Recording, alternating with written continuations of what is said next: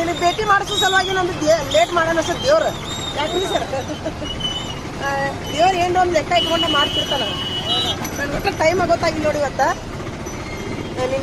ನಿನ್ನ ಸಲುವಾಗಿ ವಿಡಿಯೋ ಮಾಡೋ ಸಲುವಾಗಿ ದೇವ್ರು ನನ್ಗೆ ಲೇಟ್ ಮಾಡ್ಯಾನ ಅನ್ಸುತ್ತೆ ಅಮ್ಮ. ನೋಡಿ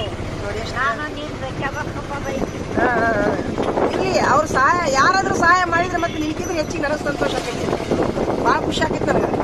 ಯಾಕಂದ್ರೆ ಮತ್ತೆ ನಿನ್ನ ನಂಬರ್ ಇಲ್ಲಲ್ಲ, ಯಾರಾದ್ರೂ ಸಹಾಯ ಮಾಡ್ತೀನಿ ಅಂದ್ರೆ ಅವ್ರ ನಂಬರ್ನವ್ರನ್ನ ಕರ್ಕೊಂಬರ್ತೀನಿ ನಿಮ್ಮ ಮನೆಗೆ, ಕರ್ಕೊಂಬಂದು ನಿನಗೆ ಸಹಾಯ ಮಾಡಕ್ಕೆ ಹಚ್ತೀನಪ್ಪ.